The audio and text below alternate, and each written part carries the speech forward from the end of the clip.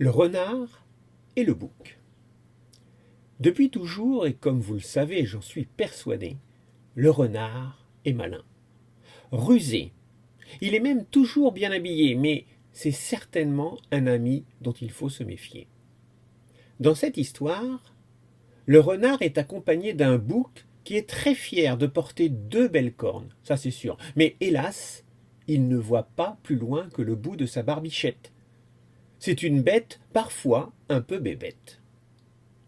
En ces temps de réchauffement climatique, la chaleur est rapidement étouffante et l'eau est devenue un bien précieux.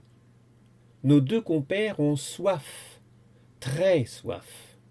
Ils cherchent à se désaltérer, mais tous les points d'eau qu'ils connaissent ne sont que des flaques remplies de boue. Et quand il y a une misérable mare qui subsiste, l'eau, elle est noire, peu attirante, souillée, impossible à boire. Renard a peut-être une solution. Il connaît un puits caché dans la forêt, à l'ombre de grands chênes, avec une particularité. Au fond, il y a toujours de l'eau, toute l'année. Qu'il neige, qu'il pleuve, qu'il vente, ou qu'il y ait même une canicule, le niveau est toujours le même. Et cette eau, on peut la boire. Nos deux compères, qui connaissent la forêt comme leur poche, arrivent facilement devant la margelle du puits et constatent, à leur grande satisfaction, qu'il y a bien de l'eau transparente au fond de ce puits. Le renard entraîne le bouc, qui le suit avec confiance.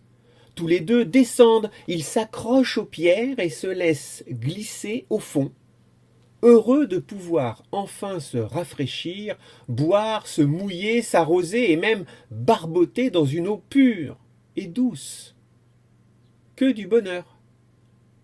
Mais au bout d'un certain temps, une question commence à devenir lancinante.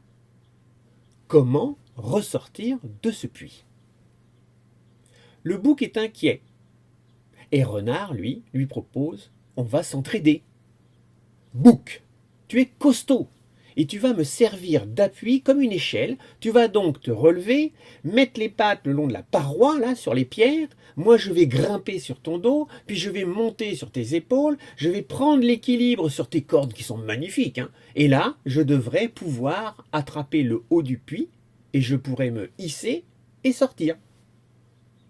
Et moi, dit le bouc, comment moi je vais sortir? Ensuite, quand je serai en haut, bouc, je t'aiderai, ne t'inquiète pas. Le bouc est heureux d'avoir un ami comme Renard, un ami qui réfléchit, qui a toujours une solution aux problèmes rencontrés. Pauvre petit bouc, toujours aussi naïf. Bouc rajoute même que lui tout seul, il n'aurait jamais eu cette idée pour sortir de ce puits. Bouc se positionne, met ses pattes le long de la paroi, Renard grimpe en équilibre sur son dos, il se hisse sur les épaules, il monte sur les cornes, il se met sur la pointe de ses pattes et sort du puits. Renard se relève, heureux d'être sorti, il se retourne et du haut de la margelle regarde avec mépris le bouc, tout penaud, au fond du puits, les pieds dans l'eau. Bouc! Si tu avais un peu examiné la situation, et si surtout tu avais un peu plus de jugeote que ta petite barbichette, tu ne serais jamais descendu au fond de ce puits sans avoir réfléchi à la manière de s'en sortir. Tu vois, moi, Renard, je suis dehors, et toi, Bouc, tu es coincé au fond. J'espère que tu vas arriver à t'en sortir par tes propres moyens, car moi, Renard, j'ai d'autres affaires à régler, bien plus importantes que de t'aider à sortir de ce puits. Que cela te serve de leçon. La prochaine fois, envisage toujours la fin avant de prendre toute décision. Retiens bien cette leçon. Qu'en toute chose, il faut, au préalable, considérer la fin.